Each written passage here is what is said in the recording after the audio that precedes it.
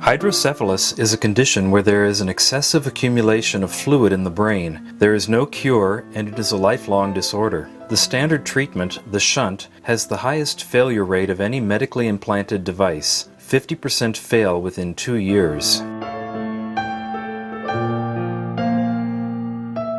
Hydrocephalus is the #1 reason for brain surgery in kids. It's a very, very complicated research subject. Not a lot of people want to touch it. We're trying to find a cure for a medical condition that makes a lot of kids' lives completely miserable.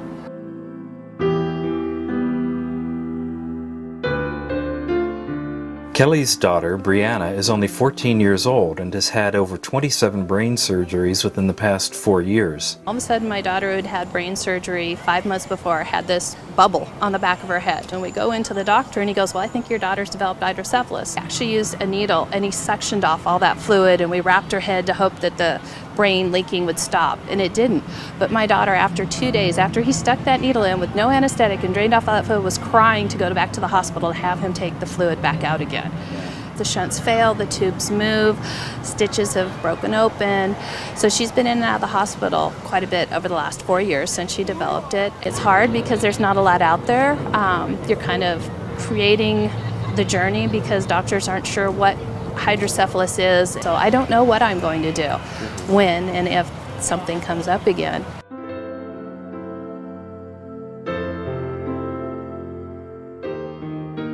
My name is Eileen Sochet, and I have normal pressure hydrocephalus.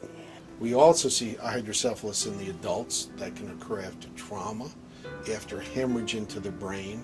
So it's not just a disease that affects children. I didn't know I had normal pressure hydrocephalus until 10 years ago when I started having trouble walking. In addition to the 1 out of 1,000 children born with this, we also see adults that acquire it later in life, and it's life-threatening. We scheduled surgery and put in the shunt. I was really immediately better.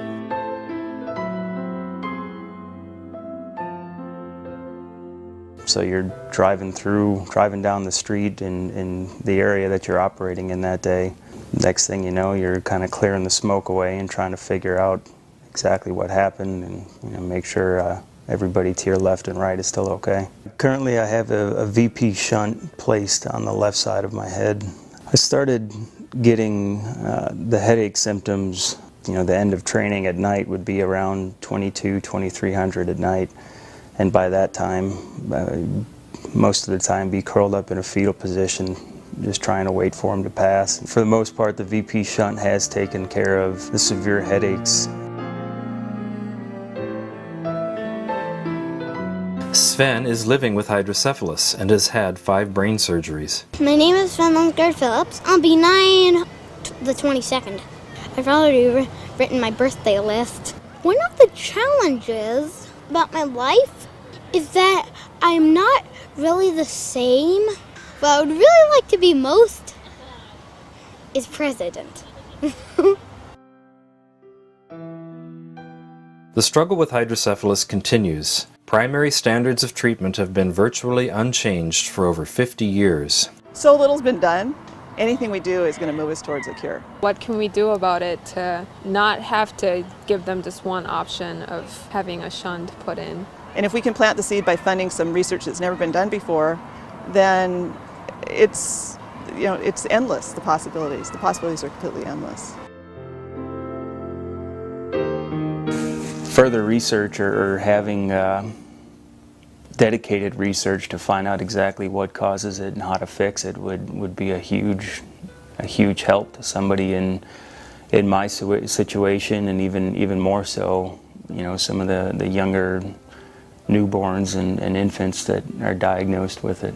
When it comes down to it, we need more funding. We need more people to know about hydrocephalus. I really hope that the medical profession becomes more aware of normal pressure hydrocephalus. Any research that's done is going to move us in the direction of a better future. Anything is going to help.